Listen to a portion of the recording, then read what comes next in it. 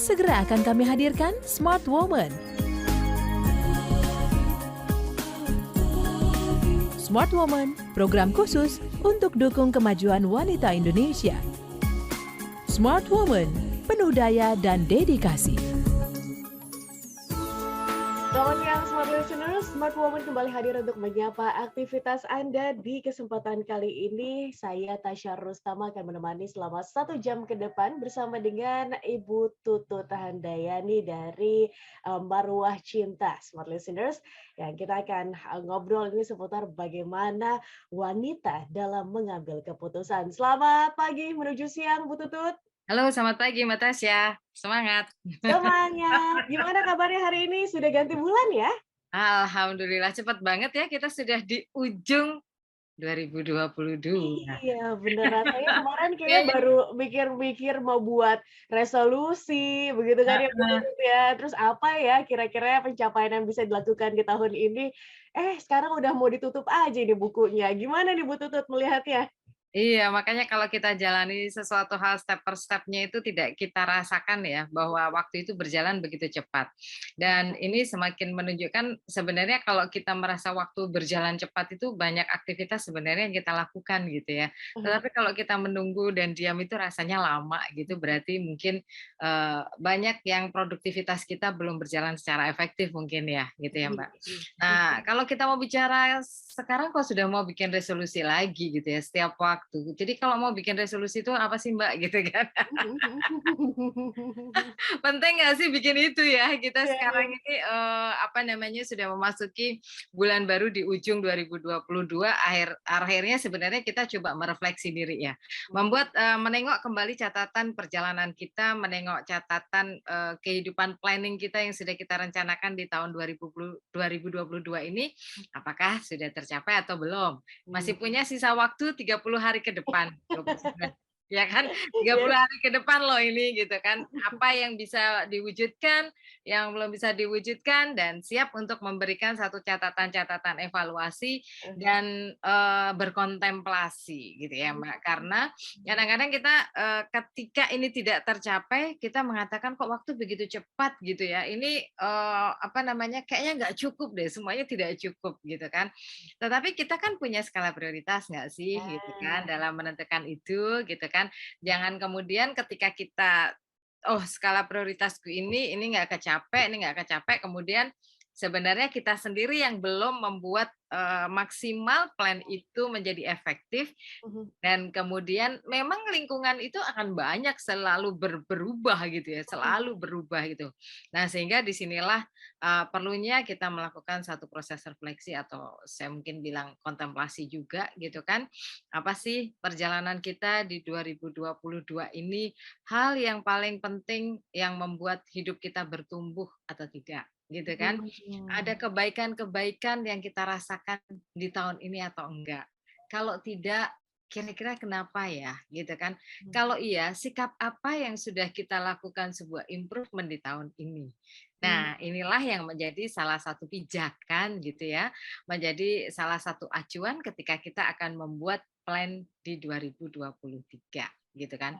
Meskipun sebagian orang mengatakan tuh memang perlu planning gitu ya. Kan hidup itu mengalir. Ya. Nah, seperti kemarin pun saya dialog, "Ya hidup aku itu mengalir." Ya, saya percaya bagi orang-orang yang memiliki kapasiti dan keyakinan keilahian itu cukup kuat, dia akan, apa ya, bisa meresapi bahwa proses perjalanan yang dilewati itu memang mengalir. Tapi bukan berarti orang tidak punya perencanaan loh, gitu kan. Apalagi kita yang tidak memiliki sebuah keyakinan yang kuat gitu, masih butuh dorongan gitu kan dari lingkungan kita. Maka salah satu planning itu menjadikan, motivasi kita sebenarnya buat apa sih kita punya mimpi ke depan, kita punya target apa gitu ya, agar itu menjadi apa, pemacu gitu ya, pemacu buat diri kita untuk kita komit mewujudkan itu, gitu Mmm. loh, Mbak. Mhm. Baik, baik. Ini ngomongin soal planning di awal Bu Tutut untuk di tahun 2023 dan juga menutup gitu ya di tahun 2022. Planning, adalah sebuah hal tadi Bu Tutut, menyinggung bahwa ini tuh adalah sebuah hal yang bisa menjadi motivasi kita. Tapi kadang-kadang Bu Tutut, ada orang yang sudah wanita gitu ya terkhususnya sudah punya planning, sudah punya aku pengen ini deh, aku pengen itu deh. Tapi karena keadaan, karena mungkin situasi yang tidak memungkinkan, akhirnya, keputusan itu atau planning tersebut tidak bisa diputuskan untuk diambil, Bu Tutut. Nah, ini gimana nih caranya agar perempuan tuh menyadari bahwa sebenarnya kita tuh ada loh, pilihan untuk, mengikuti, ada loh pilihan untuk, menjalani itu, Bu Tutut? Mhm. Ya, yang tadi, kenapa sih kok ini tidak tercapai kemudian tidak bisa mengambil sebuah keputusan gitu ya, Mbak? Eee, Kalau saya bilang keputusan itu diambil pasti ada dasar yang kuat gitu Mmm, ketika kita mengambil sebuah keputusan. mhm Nah, kita punya dasar acuan yang kuat enggak? mhm, Yaitu biasanya saya mengajak pada proses analisa, gitu mmm, kan.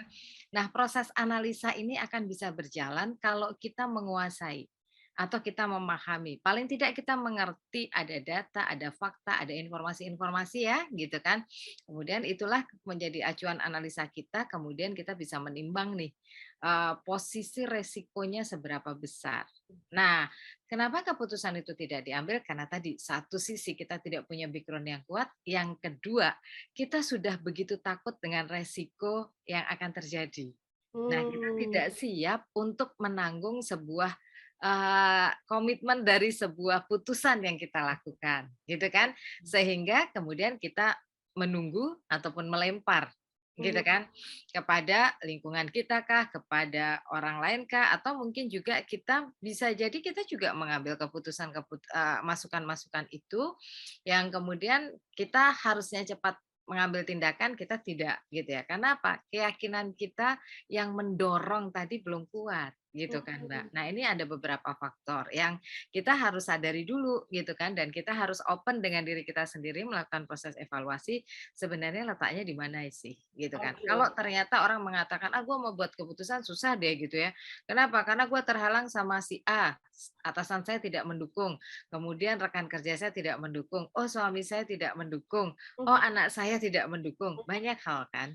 Nah, mhm disitulah sebenarnya ada ruang yang diberikan oleh Tuhan bagaimana kita coba melakukan sebuah proses perenungan dan analisa, gitu kan. mhm Sehingga kita lebih tajam ketika kita akan mengambil sebuah decision. mhm Ye. mhm. Nah, resikonya ya setiap orang harus punya tanggung jawab itu dong. Beranilah kita menanggung resiko, gitu kan. Kenapa kok kita takut? Sejak kecil kita tidak dilatih, gitu kan. Semuanya adalah minta saran ibu dan kadang-kadang hidup itu nurut aja sama ibu, gitu kan. Ya, Padahal hidup itu adalah tergantung pada kita, orang tua itu mengarahkan dan orang tua belum tentu semuanya tahu, gitu kan. Tetapi disinilah butuh proses dialog, gitu kan. Ya beruntunglah orang-orang yang punya orang tua yang mungkin cakap, cerdas gitu ya, cepat untuk bisa membaca masa depan gitu kan. Tetapi ada yang sangat tidak paham, sangat galau, sangat panik, sangat cemas gitu kan. Sehingga anak-anaknya pun kadang mengambil keputusan diisi oleh kecemasan-kecemasan kemasan. gitu kan. Nah, ini yang kemudian apa namanya? Akan berdampak juga ketika anak-anak akan mengambil sebuah decision gitu kan. Mhm Nah, mhm mari kita mestinya dalam prosesi ini setiap individu harus berani loh untuk bertanggung jawab dalam hidupnya. mhm. Baik baik. Oke, Bu Tutut, selain tadi dasar atau analisa yang kuat gitu ya, dimiliki oleh perempuan dalam mengambil sebuah keputusan, apa sih yang harus difikirkan gitu, Bu Tutut, dalam mengambil sebuah keputusan? Dan apakah keputusan ataupun pilihan itu harus apa ya, bolehkah perempuan egois gitu dengan dirinya sendiri? Karena kadang-kadang kalau apalagi kalau untuk perempuan yang sudah berkeluarga gitu, pasti kan harus memikirkan kayak banyak aja yang dipikirkan kan, A, B, C, D gitu kan.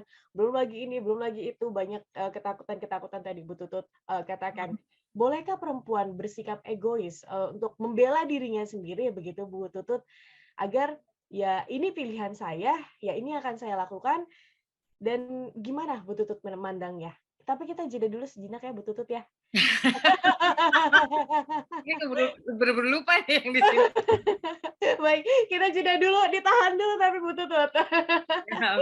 Oke, smart listeners untuk Anda yang ingin bergabung bersama dengan kami 0812 11 12 959 menjadi link yang cocok untuk Anda untuk bergabung bersama dengan kami mengungkapkan mungkin Anda punya sebuah pertanyaan di benak Anda seputar bagaimana wanita dalam mengambil sebuah keputusan atau mungkin Anda sedang dilema seputar mengambil sebuah keputusan di dalam hidup Anda.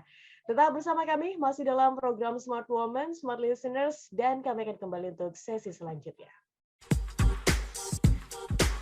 Smart Woman, penuh daya dan dedikasi.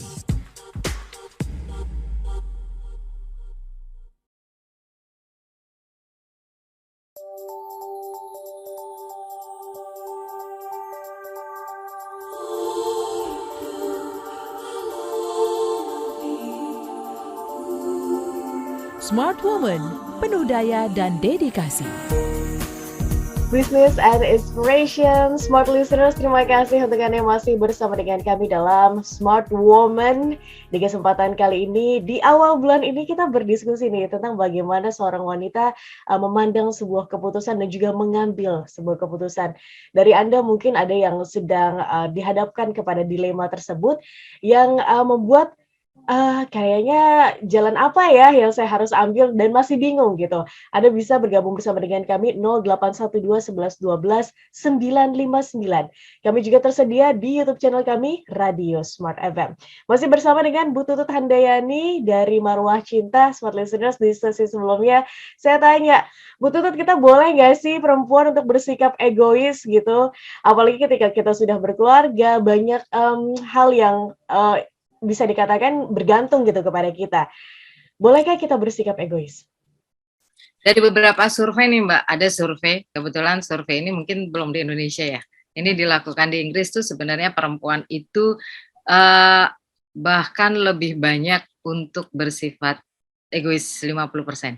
Oke. Nah, gitu kan. Kenapa? Seringkali menunjukkan bahwa ketika dibandingkan ini sebenarnya laki-laki dan perempuan itu sama gitu kan. Tetapi ketika prosesinya itu digali lebih jauh lagi, sebenarnya perempuan itu ketika mengambil keputusan itu biasanya lebih bersikap egois. Kenapa? Karena pada posisinya tidak ingin rugi, tidak ingin kalah, takut gitu ya kalau perempuan itu mengalami satu kegagalan gitu kan, sehingga dia akan mempertahankan akan mempertahankan jati diri ego dia gitu kan, sehingga lebih banyak sih sebenarnya 50,1% itu perempuan lebih egois dalam mengambil sebuah keputusan. Tetapi dalam hal ini kalau kita lihat kenapa sih kok kita itu kadang-kadang egois gitu ya, satu itu tadi kita tidak berani bahwa kita melihat kita nggak mau kalah gitu kan. Tetapi yang paling penting kalau kita mau mengambil keputusan apalagi kita sudah berkeluarga, kita boleh gitu. Tetapi karena kita punya hak juga ya untuk menentukan kebahagiaan kita. Kita punya hak untuk menentukan pilihan kita, tetapi kita sama-sama punya tanggung jawab. Bahwa laki-laki dan perempuan punya tanggung jawab yang sama ketika dia sudah berkeluarga, terutama ya, gitu ya. Karena apa? Dia akan berpengaruh kepada the next generation-nya, pada anak-anaknya. Maka ketika ngambil keputusan itu pasti akan sangat mempertimbangkan masalah anak. Kalau di Indonesia, survei kita itu, pasti ketika orang tua akan mengambil sebuah keputusan, hampir 70% mempertimbangkan masalah anak. Gitu kan? Ketika dia sangat berani, itu karena memang sudah mempertimbangkan kenyamanan untuk dirinya dan pertumbuhan secara psikologisnya anak. Gitu kan? Jadi, kalau kita melihat perempuan rata-rata sih saya boleh mengatakan tidak semuanya egois gitu kan. Tetapi kalau tadi Mbak Tasya mengatakan boleh atau tidak, kembali sih kepada satu nawaitu kita mau apa gitu kan.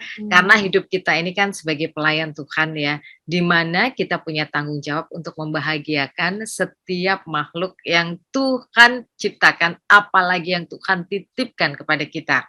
Baik itu pasangan kita, baik itu anak kita.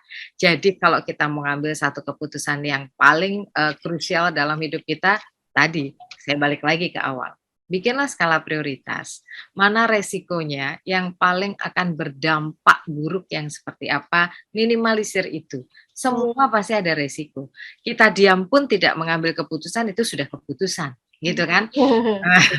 Ya kan, tapi apakah dalam posisi kita diam tidak mengambil sebuah sikap itu kembali kepada kita masing-masing. Nah, kemudian pertanyaannya begini, gimana kalau kita yang masih anak remaja, yang masih muda gitu ya, ketika kita perempuan remaja, apakah kehidupan kita pun tidak boleh untuk mengambil sebuah keputusan yang mementingkan diri kita gitu kan, Hmm. kemudian tidak mementingkan orang tua. Pertanyaannya sebenarnya bukan masalah ini mementingkan diri kita atau ini mementingkan orang tua gitu kan. Yang paling penting adalah bagaimana kita sudah punya visi hidup itu atau belum. Hmm. Dan kita sudah punya target dalam hidup kita atau belum. Kalau itu sudah menjadi visi, maka kita pun berhak untuk mendapatkan kebahagiaan dan kita berhak untuk mencapai itu. Tinggal prosesnya perlu dikomunikasikan. Hmm. Nah, banyak di antara kita komunikasi tidak berjalin secara efektif. Hmm. Kemudian anak harus nurut orang tua menggunakan powernya, gitu kan. Ya. Demikian juga dalam pasangan keluarga, laki-laki menggunakan powernya, kemudian perempuan merasa harus nurut. Ini kan siapa sih yang membuat batasan-batasan itu? Hmm. Pertanyaan saya siapa? Kalau kita harus menghormati kepada siapapun, kita itu harus hormat kepada anak, kepada orang tua, kepada teman, kepada siapapun kita itu wajib hormat. Bukan hanya hormat kepada orang tua, bukan hanya tunduk kepada orang tua, tapi kepada semuanya kita meskipun nilai kemanusiaan. Karena itu ada nilai kemanusiaan gitu loh, Mbak. Nah, di sini yang kadang-kadang aturan itu kita buat gitu kan, sebagai apa sih aturan dibuat? Kan sebagai batasan kontrol gitu ya. Siapa yang bertanggung jawab gitu kan? Maka dibuatlah rules itu, aturan itu gitu kan. Oke. Nah, kemudian kalau itu ternyata tidak cukup efektif, apa solusinya? Kita bisa dialog kok, kita bisa diskusi. Maka komunikasi itu menjadi hal yang paling dasar dalam kita mengambil sebuah tindakan agar kita bisa mendapatkan asupan informasi yang cukup bermanfaat. Baik, baik. Tergambar, Mbak Lucia. Tergambar Bu Tutut. Berarti keputusan itu ketika memang kita berhubungan dengan orang lain atau kita misalnya orang banyak yang bersandar kepada kita dalam bukan bersandar ya, ya mengandalkan begitu berarti. Berharap gitu ya, Berharap, menempatkan harapan pada kita. Iya, benar. Berarti proses komunikasi itu menjadi sebuah hal yang penting gitu ya untuk kita miliki gitu ya Bu Tutut ya. Agar ya semuanya merasa bahwa oh ternyata dasarnya seperti ini. Oh ternyata ada background-nya begitu ya Bu Tutut. Iya, iya. Dan kemudian di situ kita juga harus punya yang namanya awareness. Awareness terhadap Awareness kepada lingkungan kita. Kepedulian kepada lingkungan kita. Kan kadang-kadang kalau kita mengambil keputusan bahwa kita, tadi contohnya, kita punya hak loh, kita punya kebebasan untuk menentukan pilihan kita berhak untuk bahagia. Tapi jangan lupa, kita juga harus mempertimbangkan awareness, kepedulian kepada lingkungan. Apakah ini banyak akan menggunakan menyebabkan resiko melukai, mengecewakan kepada orang-orang atau lingkungan kita yang merugikan. Tapi kalau contohnya gini, oh ya ketika aku ngambil keputusan aja deh, contohnya, oh aku pengen sekolah gitu ya, saya pengen sekolah ke luar negeri, tapi orang tua menghalangi itu dan bla bla bla bla, atau kakak, saudara semuanya menghalangi. Kemudian disinilah kita akan melihat tingkat kerugiannya ada di mana. Kalau itu kita punya visi, tanya dulu pertimbangannya ini apa. Kalau itu hal yang cukup logik, apa yang menjadi dasar itu yang kuat, maka itu yang menjadi dasar keputusan kita gitu ya. Tapi kalau ternyata ini kita punya tekad yang kuat, kadang-kadang kita harus berani untuk berjuang itu gitu. Tapi resikonya kita juga harus tahu loh. Gitu kan. Tetapi kalau kemudian ada contoh lain, kita mengambil keputusan, oh ya gue bebas deh gitu kan. Gue pengen melakukan ini, orang tua nggak usah ngatur gitu kan. Atau jangan saya terlalu banyak diatur gitu kan. Ya enggak apa-apa. Kadang-kadang orang itu butuh jatuh. Kadang orang itu butuh gagal, kadang orang itu butuh sakit. Kenapa? Dari jatuh, dari gagal, dari sakit, dia belajar kehidupan. Kalau tidak dalam satu bentuk yang kita selalu diprotek, kita itu nggak ngerti gitu kapan kita benar, apakah kita sudah melakukan sebuah kesalahan, apakah saya jatuh gitu kan. Ini mereka tidak belajar akan hal ini gitu loh Mbak. Tetapi kalau kemudian saya melakukan sebuah tindakan, oh iya, yang paling mungkin kemudian sampai merugikan kepada masyarakat gitu kan, yang menyebabkan ketidaknyamanan kepada masyarakat, yaitu pasti tindakan-tindakan negatif lah ya. Apa sih negatif itu? Contohnya lah kita mau proses korupsi, kita berbohong, kita manipulasi. Itu kan sudah jelas hal yang akan bisa merugikan banyak orang. Mentalitasnya loh, gitu kan. Mentalitas itu yang akan berpengaruh gitu kan pada lingkungan kita. Mau nggak mau gitu kan. Jadi itu yang harus kita pertimbangkan gitu Mbak Tasya. Nah, Baik. kejawab. Maksudnya ketangkep Mbak Tasya. Yes, tertangkap, Bu Tutut. Karena ini, berdasarkan saya beberapa hari yang lalu gitu ya, nonton sebuah film, Mhm. ini tuh, erat banget hubungannya dengan budaya, Bu Tutut, budaya Oke. patriarki yang ada di Oke. Indonesia. Yes, yes, yes, Di yes. mana perempuan itu ya memang harus nurut gitu, bahkan nggak ada pilihan gitu untuk, menentukan sebuah hal dalam hidupnya sendiri padahal. Jadi di keluarga ini perempuan ini hanya satu-satunya, kakaknya 3 laki-laki semua, Bu Tutut, dan kakaknya ini mereka mengambil keputusan atau mengambil, sebuah ya perjalanan hidup yang sesuai dengan yang mereka inginkan gitu. Adalah kakak pertamanya dia, maunya menikah dengan orang wanita yang lain suku, padahal Ya. keluarganya nggak setuju gitu.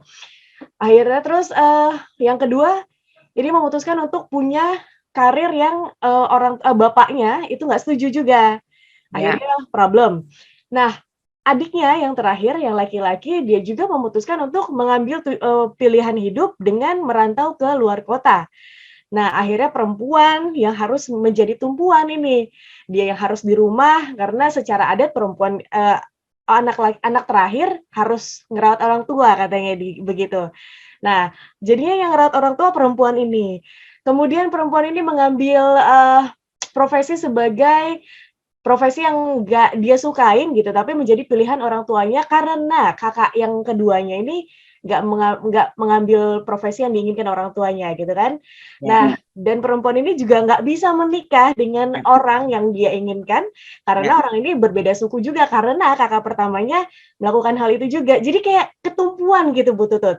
Ini Ya. gimana ya, apalagi memandang budaya patriarki masih erat gitu di Nah, kehidupan. ini persepsi dan pemikiran yang seperti ini yang harus kita bongkar ya, harus kita urai. Ini yang harus kita urai, bahwa kita menghargai adat istiadat dan budaya. Tetapi apakah itu punya manfaat yang positif dalam kehidupan kita sebagai jiwa yang diciptakan oleh Tuhan atau enggak? Artinya begini, bahwa kita dibentuk punya budaya, tapi kita tidak bisa mengekang jiwa kita yang diciptakan oleh Tuhan. Karena kadang-kadang boleh orang itu bisa menurut sampai batas titik tertentu. Tapi yang namanya jiwa itu akan terus bertumbuh, Mbak, gitu kan. Mungkin ada beberapa hikmah, gitu kan. Kalau kita menurut, ya udah kita tahu kita bisa mengambil insight positifnya apa sih. Nikmati itu, ya kan, sebagai sesuatu hal ya udah kita berdharma kepada orang tua kita, gitu kan. Tetapi sebagai orang tua juga harus memahami, gitu loh. Di episode lalu saya kayaknya pernah bilang deh, Mbak, bahwa ketika kita punya anak itu bukan anak kita, itu adalah titipan. Sehingga ketika engkau kekang dan dia menjadikan sesuatu, sebenarnya itu adalah niat baik untuk menjadikan seseorang atau itu ego kita. Ya kan? Karena kita kadang-kadang pengen, oh nanti kalau tua kita dirawat. Lah emangnya tugas anak itu hanya untuk merawat kita. Kita harus bisa merawat diri kita sendiri. Kalau kita berbuat baik, maka semesta dengan seizin Tuhan akan mengatur siapapun manusia, siapapun makhluk yang diciptakan akan dirawat. Nanti akan ada aja, gitu loh Mbak.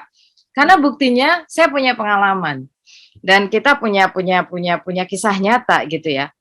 Bahwa ada seseorang yang hidup sebatang kara. Kita mikir dulunya, oh ya aku punya anak biar nanti anaknya mengurusi. Ternyata anaknya dipanggil Tuhan duluan. Ya kan? Oh suami, oh ternyata suaminya meninggal. Terus apakah kita bisa untuk menuntut anak kita merawat?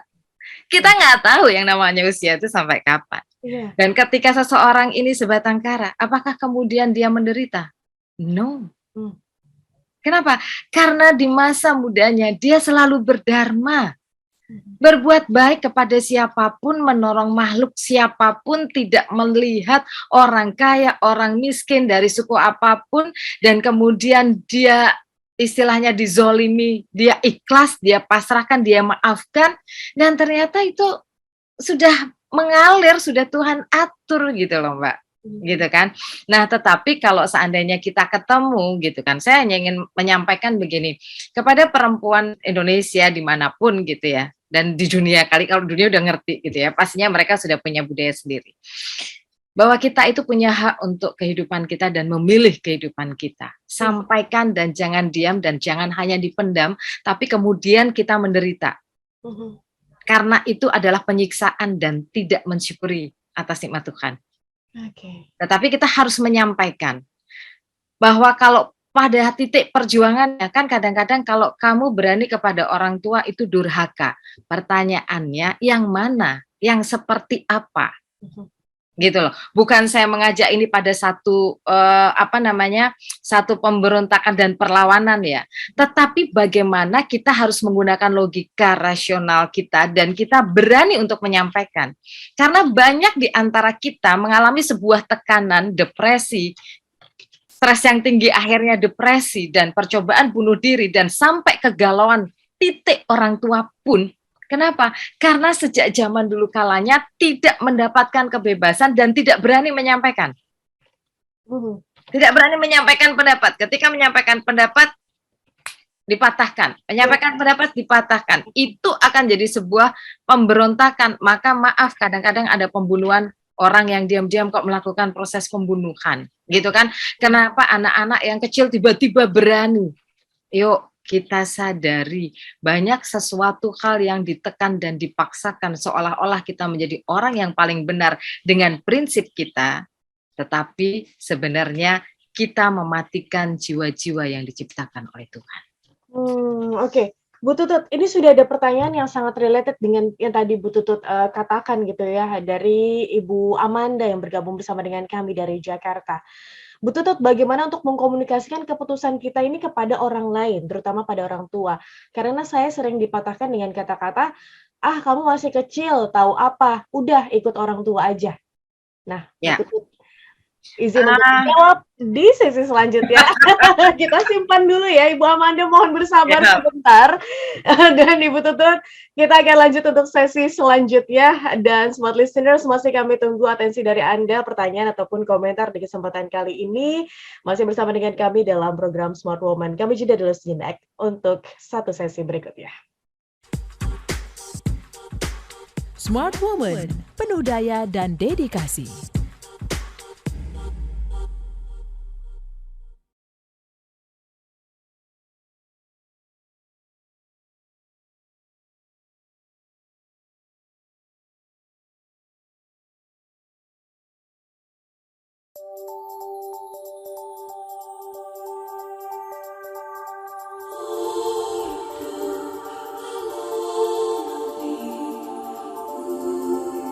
Smart Woman, penuh daya dan dedikasi.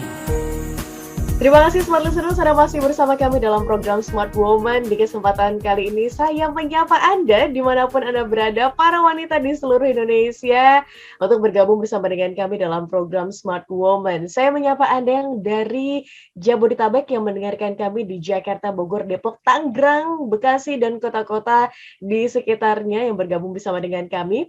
Saya juga mengundang Anda yang ada di Surabaya, Yogyakarta, untuk Anda ikut bersama dengan kami, mungkin berkomentar ataupun menanyakan pertanyaan yang terbesit gitu ya di kepala Anda ataupun di perasaan Anda. 0812 11 12 959 bisa Anda gunakan. Pastikan cantumkan nama Anda, domisili, dan juga pertanyaan ataupun komentar positif yang Anda miliki, Smart Listeners. Saya juga mengundang Anda yang ada di Palembang, Pekanbaru, Medan, kemudian Makassar, Manado, Balikpapan, dan juga Banjarmasin. Silahkan bergabung bersama dengan kami sekali lagi di 0812 11 12 959. Wanita dalam mengambil keputusan itu masih menjadi topik kami di kesempatan kali ini.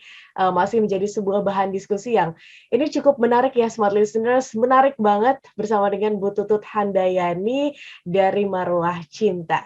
Bu Tutut, Ibu Amanda bergabung bersama dengan kami nih di kesempatan kali ini dari Jakarta. Bertanya seputar mengkomunikasikan keputusan ya Bu. Saya bacakan ulang. Selamat siang Bu Tutut. Bagaimana ya caranya untuk mengkomunikasikan keputusan kita pada orang lain, terutama pada orang tua? Saya sering dipatahkan dengan kata-kata, kamu masih kecil, tahu apa? Udah ikut orang tua aja. Nah, gimana nih Bu Tutut? Mungkin untuk generasi muda sering nih menjadi dilema gitu ya, mengatakan bahwa, "Ya iya sih, tapi kan aku udah punya keputusan sendiri, aku udah punya pemikiran sendiri nih Mah, Pa," gitu. Tapi kadang-kadang kita sulit nih untuk mengkomunikasikannya, sebelum orang tuanya itu memang, sadar gitu ya, bahwa ya seperti yang Bu Tutut katakan tadi, anak kamu tuh bukan anak kamu sebenarnya gitu kan, mereka punya jalannya masing-masing gitu. Silakan Bu Tutut. Ya, dalam kehidupan kita itu ada tugas kita yang namanya harus ikhtiar, gitu Mhm, ya. Kita kan berusaha ya ikhtiar kan. Artinya komunikasi itu tidak hanya sekali, catat dulu. Kalau kita mau menyampaikan jangan ketika sekali dipatahkan kemudian kita stop. mhm, Terus kita harus menyampaikan. mhm, Kemudian dalam menyampaikan itu satu, ada yang namanya pola komunikasi atau cara komunikasi yang membuat bahwa orang tua itu tidak langsung, "Ma, aku mau ke begini," enggak, tapi kita coba lihat buka perspektif orang tua tentang pilihan kita, gitu mmm, kan. Maka harus ada informasi-informasi, data gitu ya, yang kita sampaikan kepada orang tua, gitu kan. Kemudian kita harus punya reason, kemudian berikan contoh-contoh baik, gitu kan. Kalau ada contoh buruknya, kenapa contoh buruk ini seperti ini, gitu kan. Kemudian kita juga harus menyampaikan juga ketika kita punya pilihan hidup itu adalah tanggung jawab kita.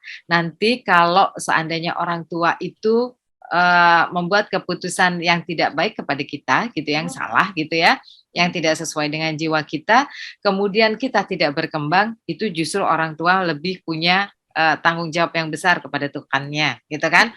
Itu masalah jiwa, masalah nyawa kita, masalah ruh kita, masalah kebebasan kita menentukan kehidupan karena Tuhan sudah punya garis hidup kepada setiap hambanya. Ini yang harus kita berani untuk dialogkan, gitu kan. Kita berani untuk sampaikan, oh ketika ini nggak bisa, besok kita punya strategi 2. Oh ketika nggak bisa, besok kita sampai strategi 3. Oh nggak bisa, besok strategi 4, gitu kan. Itu harus persisten kita. Kalau kita sudah punya visi, kita sudah punya niatan, terus persisten. Kita harus konsisten untuk menyampaikan itu. mhm, Yang kedua adalah bagaimana kita berdoa. mmm, Memohon yang terbaik kepada Tuhan, kalau memang jalan saya ini baik, itu memang tujuan Tuhan dalam kehidupan kita, pasti akan dibukakan jalannya. mhm, Tapi kalau itu tidak baik, maka segera saya atau kita yang punya keinginan yang tidak sesuai dengan orang tua, luruhkanlah saya. Tapi kalau saya yang benar, luruhkanlah hati orang tua kita. mhm, Nah, itu yang harus kita sampaikan kepada Ilahi. Karena mungkin benar menurut kita, belum tentu benar menurut Tuhan, atau belum tentu baik menurut Tuhan. Gitu kan, Mbak? Sehingga, kalaupun saya juga mengatakan, orang tua mungkin punya perspektif yang lebih jauh, iya, punya pengalaman masa lalu juga, mhm, yang kemudian dia tidak ingin anaknya terjadi seperti pengalaman-pengalamannya beliau, gitu kan? Sehingga dia mengharapkan anaknya menjadi ABCD. Gitu kan? Atau kegagalan orang tua kemudian ditempatkan kepada anak untuk menjawab kekecewaan orang tua kecewa, masa lalu. Nah, mhm, ini yang mohon saling keterbukaan dan orang tua juga harus fair. Kita sebagai orang tua juga harus fair. Kita tidak bisa memaksakan, tetapi bahwa anak pun juga harus mengerti, harus memahami apa yang menjadi background orang tua. Ya kan? Kan tadi kita menyampaikan toh, kemudian tanya background orang tua melarang kita itu apa. Kalau hanya masalah jangan, kejar kenapa jangannya. nah, Ya kan? Kan kadang-kadang kita cuma bilang, jangan udah kamu anak kecil. Kenapa kalau saya anak kecil? mmm, Kalau anak kecil itu tidak boleh tahu apa. mmm, Sekarang ini, anak-anak kecil itu jauh lebih dewasa daripada kita. mmm, Karena anak-anak kecil adalah mungkin menjadi penolong kita dan dia adalah guru kehidupan kita. mhm, Anak-anak kecil itu, apalagi dia yang masih di usia bawah 5 tahun, dia dijaga oleh para malaikat. mmm, Dan kita sebagai orang tua, kalau sampai menghukum anak-anak atau jahat keras kepada anak-anak, ini menjadi catatan besar. Maka pembentukan karakter anak itu adalah 0 sampai 5 tahun. Bahkan minus, belum sampai 0 pada saat kita mau berproses itu sudah menjadi salah satu catatan pembentukan karakter anak. Gitu kan. Nah, ini yang harus kita sadari, gitu kan, sebagai orang tua. Kalau kita punya pengalaman masa lalu, jangan teruskan ke anak, putus itu. Jadi mohon kita doa itu adalah putus karma kita di masa lalu, jangan turun ke anak-anak kita. Atau mungkin itu dari nenek moyang kita, putus itu agar tidak ke kita dan jangan diteruskan ke anak-anak. Yang terjadi kita tidak sadar, kita punya trauma dengan kenangan masa lalu kita, kekecewaan masa lalu kita, yang kemudian dalam kehidupan ini kita belum selesai, kita teruskan itu ke anak-anak dengan pola asuh dan pola didik kita. Nah, ini yang jadi PR saat ini, gitu kan. Kemudian muncullah anak-anak yang cukup berani menyampaikan kepada orang tua, kemudian orang tua mengatakan, ini anakku dapat pelajaran dari mana? Kok dia tidak bermoral? Kesan menurut orang tua. Padahal itu adalah mungkin peringatan dari Tuhan. Contohnya kan kemarin saya sudah bilang kan, sudah sampaikan, iya, mama itu bisa nggak ya mendidik, gitu kan. Dan itu banyak lagi. Nanti ada yang mengatakan, mama kalau mama nggak bisa sayang sama aku gitu kan, aku lebih baik jadi anaknya tante itu aja. Ya kan? Kenapa? Dia sudah bisa memilah. Yang dipilah itu bukan sebatas dari lahir yang dia keluarkan dia dari orang tuanya, tetapi siapa yang bisa memberikan kasih. Siapa yang bisa memberikan rasa dengan tulus yang penuh dengan kasih sayang itu. Nah, itu yang paling penting. Karena semua orang kadang-kadang melihatnya, oh iya ini anakku, gue sudah 9 bulan mengandung gitu ya, gue udah lahirkan, kamu sekarang jadinya seperti ini. Itu kodrat, 9 bulan mengandung, gitu kan. Tetapi bahwa proses menjadi seperti ini, coba kita tanya pada diri kita gitu ya. Kita punya rasa iri nggak sih? Kita punya rasa dengki nggak sih? Ada kekecewaan yang kita pendam, ada trauma yang kita simpan gitu ya. Kemudian secara tidak sadar energi itu mengalir kepada anak-anak kita. Atau mungkin sebenarnya tersirat banget rasa iri, kemudian tersirat banget bahwa kita itu yang tersimpan gitu ya, bahwa gue pengen harta, tahta, kehormatan gitu ya, yang kemudian itu termanifestasi dalam setiap langkah kita, dalam kata kita, yang tidak sadar itu mengalir kepada anak-anak kita. Dan ketika besar itu bisa menjadikan anak-anak cukup sombong, ya kan? Nah, itu yang maka kasih itu begitu mulia untuk kita siapapun ya, yang punya jiwa yang kita hidup ini, untuk memberikan kasih itu dengan baik dan benar. Baik. Oke, terima kasih Ibu Amanda sudah bergabung bersama dengan kami. Ini juga ada sebuah contoh kasus mungkin ya, Bu Tutut, sharing dari Bapak Asnawi yang bergabung bersama dengan kami seputar istri saya sedikit sulit untuk menentukan keputusannya, Bu Tutut. Sering dia bertanya pada saya dan menyerahkan semuanya pada saya. Kenapa saya bisa berbicara begini? Karena dia secara jujur mengatakan bahwa dia nggak bisa mengambil keputusan. Jadi istri lebih pasif dan saya tidak bisa berdiskusi banyak. Bagaimana ya Bu untuk membantu istri menghadapi hal ini? Tapi tolong Bu Tutut jangan dijawab dulu.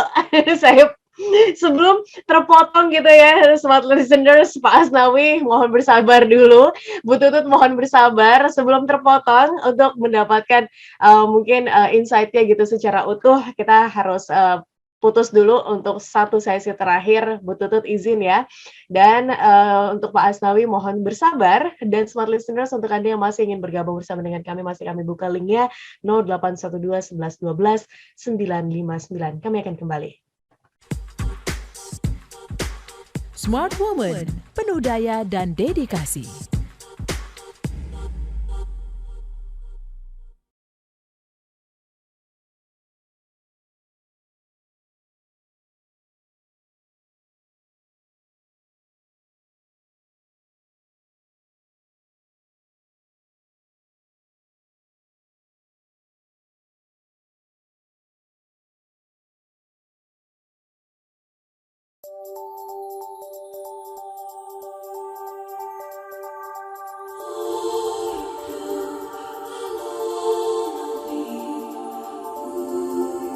Smart Woman, penuh daya dan dedikasi. Smart Listener, satu sesi terakhir dalam program Smart Woman, wanita dalam mengambil keputusan. Sudah bergabung bersama dengan kami Bapak Asnawi. Saya bacakan lagi pesannya untuk Anda dan juga untuk Bu Tutut sharingnya ya.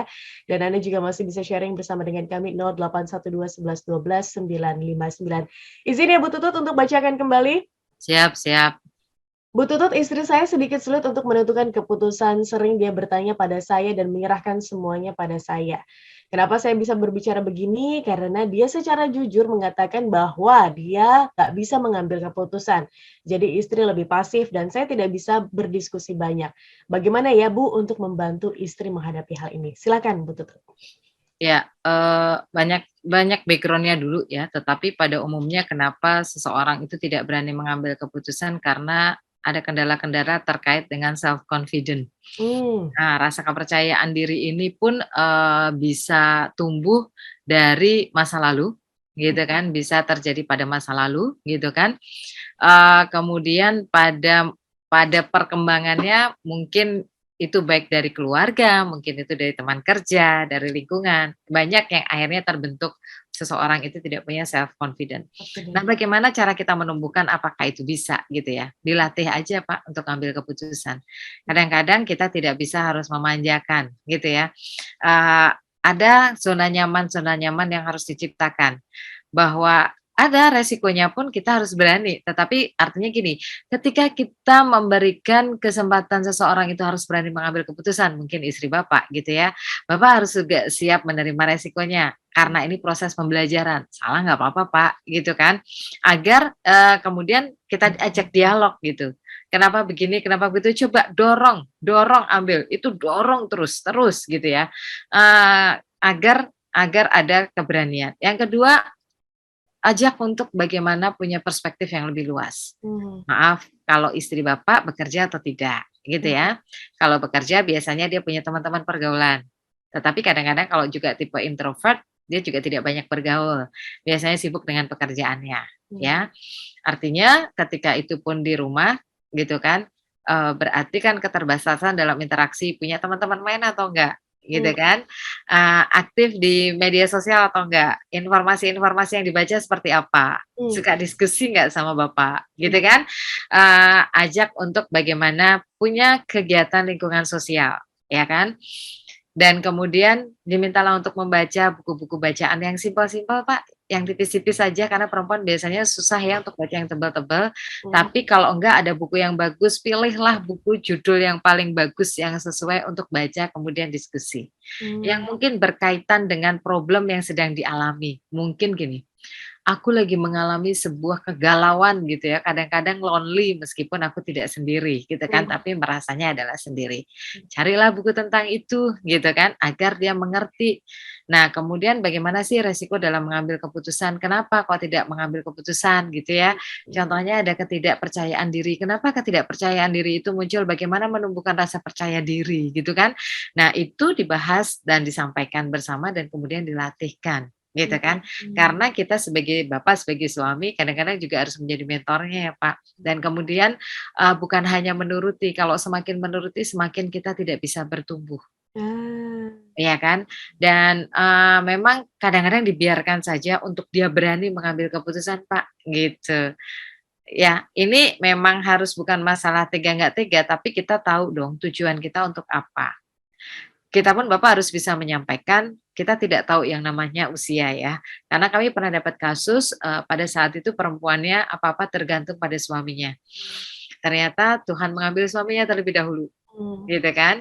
Dia tidak bekerja gitu ya, tapi kebetulan mendapatkan dana yang cukup lah gitu kan. Dan saat itu terjadi proses yang cukup down ya, gitu kan, bagaimana menyiapkan gitu ya. Tapi ternyata seiring berjalannya waktu itu bisa. Kenapa? Karena the power of kepepet. Tapi kalau itu bisa disiapkan dari sekarang sehingga perempuan itu tidak perlu mengalami satu stres dulu. Meskipun setiap orang mungkin perlu ya, kadang juga pernah mengalami itu, is no problem, tapi nggak parah gitu loh maksudnya. Karena banyak orang yang tidak siap itu biasanya stresnya parah untuk bangkitnya. Iya. Jadi dia akan shock pada saat suaminya tidak ada, kemudian dia panik tuh, berpikirnya kemana-mana. Aduh, aku siapa dengan hidup dengan siapa, bagaimana dan bla bla bla, gitu kan? Nanti kalau udah jalan waktu baru sadar, gitu kan? Nah, tapi kalau dia sudah cukup mandiri, paling tidak itu sudah menjadi Bapak sudah menyiapkan fondasi gitu loh.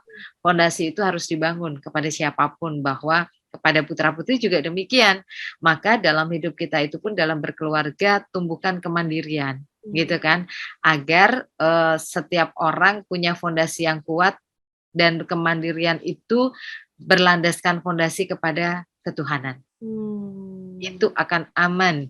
Orang akan artinya begini, dia tahu kepada Tuhannya bergantung gitu kan, kepada siapa dia menempatkan cintanya. Nah, itulah yang akan menjadi fondasi kuat bahwa kita akan siap dalam situasi dan kondisi apapun. Gitu. Ini jatuhnya Spiritualnya bertumbuh juga ditingkatkan. Hah? Kenapa, Mbak? jatuhnya bertumbuh bersama ya, Bu Tutut ya?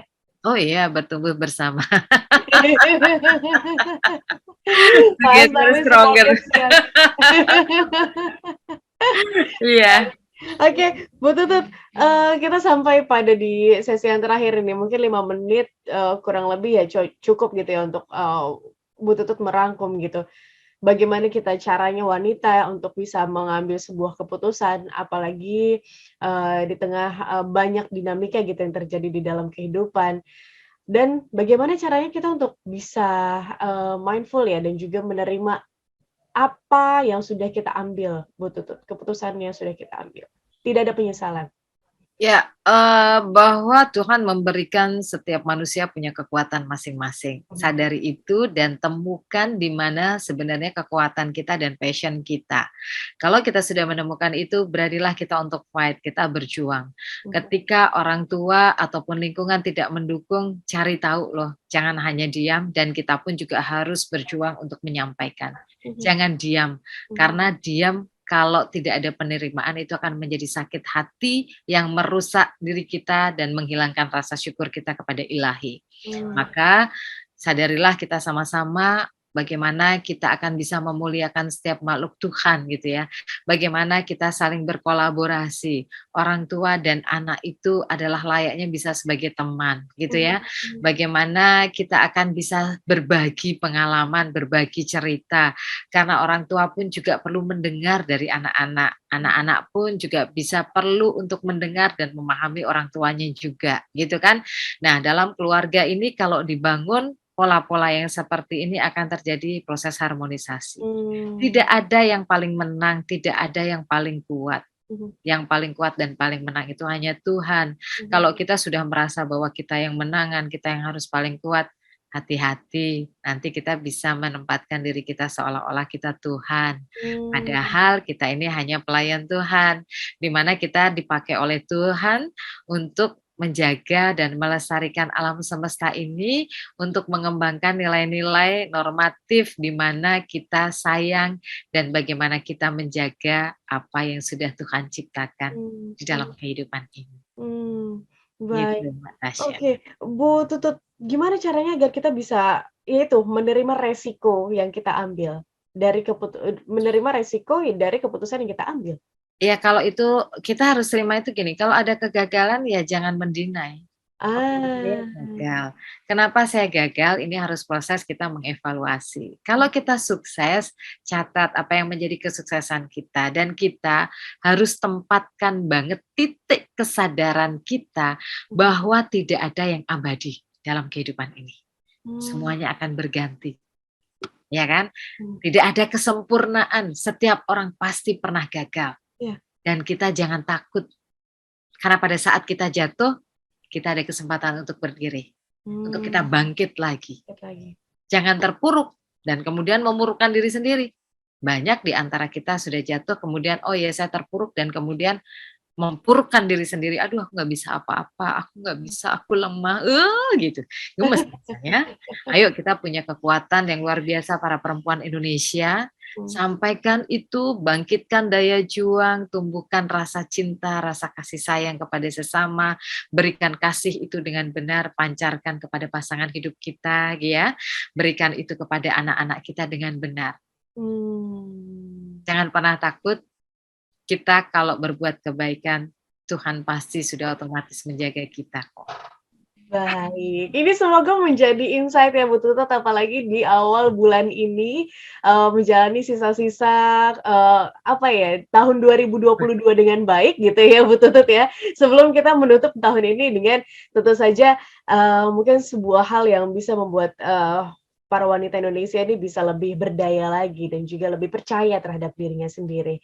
Yes. Bu Tutut, terima kasih untuk insight-nya. Ini menjadi sebuah bahan kontemplasi lagi nih Smart Listeners untuk merenungkan bagaimana ya tujuan hidup saya. Kemudian bagaimana ya, apakah benar saya sudah bahagia dan juga menjadi makhluk Tuhan yang benar-benar bisa memberikan kasih dan juga sayang kepada makhluk lainnya di sekitar kita. Sekali lagi terima kasih Bu Tutut dan terima kasih Smart Listeners untuk Anda yang bergabung bersama dengan kami. Ini saatnya kita harus tutup program Smart Woman di kesempatan kali ini. Anda bisa menemukan program ini di siaran YouTube channel Radio Smart FM karena tersimpan rapi di sana. Langsung bisa search dan juga jangan lupa untuk subscribe dan juga di-like videonya agar kami bisa lebih produktif lagi untuk memberikan Anda suguhan-suguhan yang pastinya menarik. Bu Tutut, kita tutup ya. Dan Smart Listeners, kami tutup. Saya Tasya Rustama. Saya Tutut Handayani. Smart Woman. Penuh daya dan dedikasi. Terima kasih Anda telah menyimak Smart Woman. Mari dukung kemajuan wanita Indonesia.